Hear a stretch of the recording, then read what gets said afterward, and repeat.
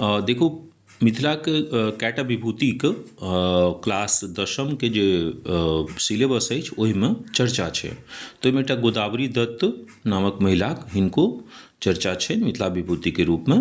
तऽ हिनका बारेमे क्वेश्चन जे छै से अहाँसँ प्रश्न पूछल जा सकैए। तऽ गोदावरी दत्तक जीवनी संक्षेपमे लिखू, ई अहाँके प्रश्न अगर पूछत तऽ अहाँ बतबू कि हिनक जन्म दरभंगा जिलाक बहादुरपुर गाममे भेल छलनि आ हिनक जे छै से जन्म कहिया भेलनि तऽ 6 नवम्बर 1930 ईस्वीके भेल छलनि। पिताके नाम पूछत, पिताके नाम रास बिहारी दत्त आ मायके नाम सुभद्रा देवी। 5 बरसके अवस्थामे हिनकर पिताके मृत्यु भऽ गेलनि, लेकिन सुभद्रा देवी हिनकर जे माय छलखिन ओ चर्चित कला साधिका छलै। तैँ पिताके अभाव भेलाक बादो गोदावरी दत्तके कोनो तरहक अभाव नहि भेलनि। गोदावरी दत्तक विवाह इहो पूछि सकैए कि हिनक विवाह कहिया भेलनि। तऽ 1947 ईस्वीमे हिनक विवाह भेलै आ किनकासँ भेलनि तऽ राँटीके उपेन्द्र दत्तसँ भेलनि, जे राँटी मंगरौनी गाम अछि जे छै ओतऽ, तऽ ओतऽ हिनकर भेल छै। मात्र एकेटा हिनका पुत्र भेलनि, तकर बाद पतिसँ हिनकर सम्बन्ध खतम भऽ गेलनि। ओ सुहागिन रहितो परित्यक्ता बनि गेलै।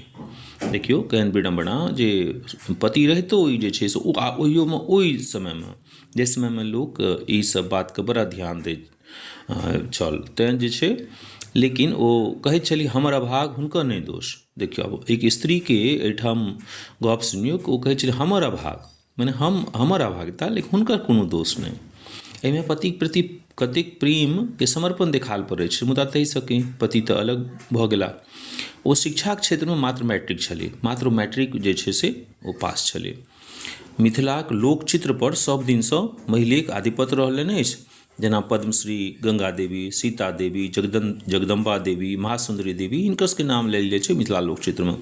गोदावरी देवी हिनके सभक सानिध्यमे अपन लोकचित्र कलाके पाबि आब ओ 10 के प्रतिवर्ष प्रशिक्षण दऽ आगू बढ़बैत रहली अछि। ओ एहि काजके बढ़बैत रहलखिन।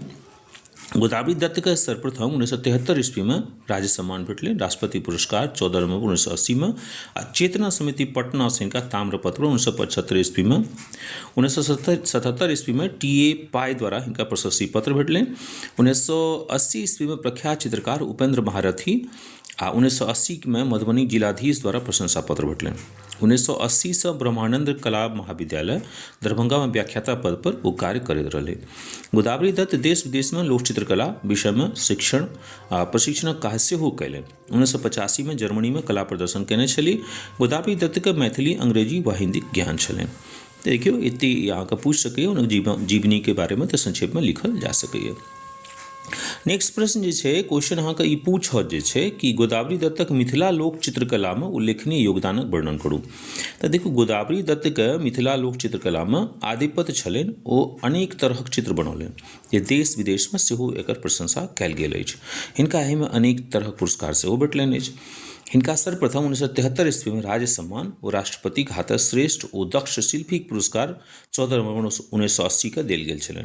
हिनका कला साधनामे निरंतर विकासके देखैत 1975 ईस्वी में चेतना समिति पटना द्वारा ताम्रपत्र, 1977 ईस्वी में टी.ए. पाई द्वारा प्रशस्ति पत्र, 1980 में प्रख्यात चित्रकार उपेन्द्र महारथी आ मधुबनी जिलाधीश द्वारा 1983 ईस्वी में प्रशंसा पत्र देल गेलनि। त्रिसप्ताहिक कला प्रदर्शनी में ओ जर्मनी गेलै। हिनक एकटा लोकचित्र जापान में सुरक्षित अछि। देखियौ कते बड़का उपलब्धि छै, अभी तक सुरक्षित अछि। एहि लेल हुनका 7,000 टाका देल गेलनि। ओहि समयमे तऽ काफ़ी जे छै से बहुत भेलै आइके मुताबिक। एहि प्रकारसँ मिथिला लोक चित्रकलाक ई गौरव गरिमा बढ़ौलनि। तऽ ई देखियौ दूटा प्रश्न एहिसँ पूछै छै आमतौर पर। तहिना अहाँके इहो क्वेश्चन पूछि सकैए कि गोदावरी दत्तके देल गेल पुरस्कार ओ सम्मानक उल्लेख करू। से पहिने बता देलहुँ, ओहिसँ अहाँ बता देबै जे छै। फेर जे छै से प्रश्न पूछत देश विदेशमे गोदावरी दत्तक लोक चित्रकला विषयक शिक्षण प्रशिक्षण काजक वर्णन करू। तऽ गोदावरी दत्तक लोक चित्रकलाके माध्यमसँ देश विदेशमे एकटा नव लोक चित्रक रूपमे हिनकर पहचान भेल।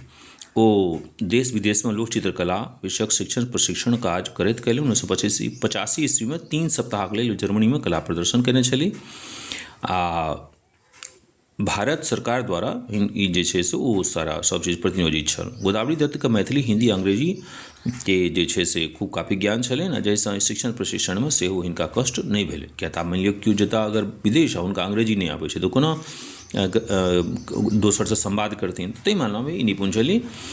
गोदावरी दत्त फिर अहाँके इहो प्रश्न पूछत, गोदावरी दत्त मिथिला लोक चित्रकलाके नव दिशा ओ दृष्टि देलनि, एकर विवेचना करू।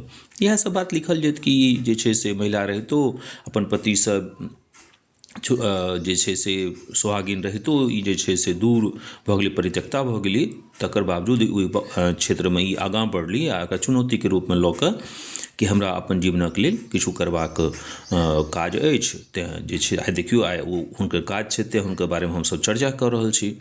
तऽ तेँ जे छै से इएह सब हिनकर बारेमे लिखबै जे कोन तरह ई जे शिक्षण प्रशिक्षणक जे छै से व्यवस्था ओहि समयमे जहिया नहि छलै तहियो समयमे ई सबके बतबैत छलै। चित्रकला जे छै हिनकर जे छै से जापानमे से एखनो तक चित्र राखल छै। तऽ ई सब बात, ओकर अलावा जे छै से हिनकर छोट बहिन शशिकला सेहो हिनकेसँ प्रशिक्षण प्राप्त कऽ आइ चर्चित चित्रकर्मी बनि गेली अछि। तऽ देखियौ अपन बहिनोके यानी कि घरोमे ओ ई परम्पराके बढ़ेलखिन आ हिनकर प्रतिवर्ष 10टा शिष्याके प्रशिक्षण दैत ई आबि रहल छथि, जेकि हिनकर चित्रकला परिवारके बढ़बैमे महती भूमिका निभा रहल अछि। गोदावरी दत्त देश विदेशमे अपन लोकचित्रके सेहो प्रदर्शनी लगौने छथि। एहि तरह गोदावरी दत्त मिथिला लोककलाके नव दिशामे दृष्टि देलनि। तऽ ई सब बातके अहाँ बता सकैत छी। तहिना क्वेश्चन पूछत अहाँके, आब देखियौ ऑब्जेक्टिव क्वेश्चन कि गोदावरी दत्तक जन्म भेल छलनि, कहिया भेल छलै? तऽ 1930 ईस्वीमे। तहिना पूछत गोदावरी दत्तक उल्लेखनीय योगदान की अछि? तऽ लोकचित्रकला छै ने। तहन राष्ट्रपति द्वारा श्रेष्ठ और दक्ष शिल्पीके पुरस्कार गोदावरी दत्तके कहिया देल गेलनि?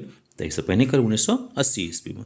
इएह सब प्रश्न अहाँके पूछत जे छै, तऽ एक बेर एकरा जरूर ई वीडियोके देख लेब, एक आध बेर देखबै तऽ अहाँके याद भऽ जायत। आ प्रश्न पूछत तऽ आरामसँ लिख कऽ आयब। चलू, बहुत बहुत धन्यवाद।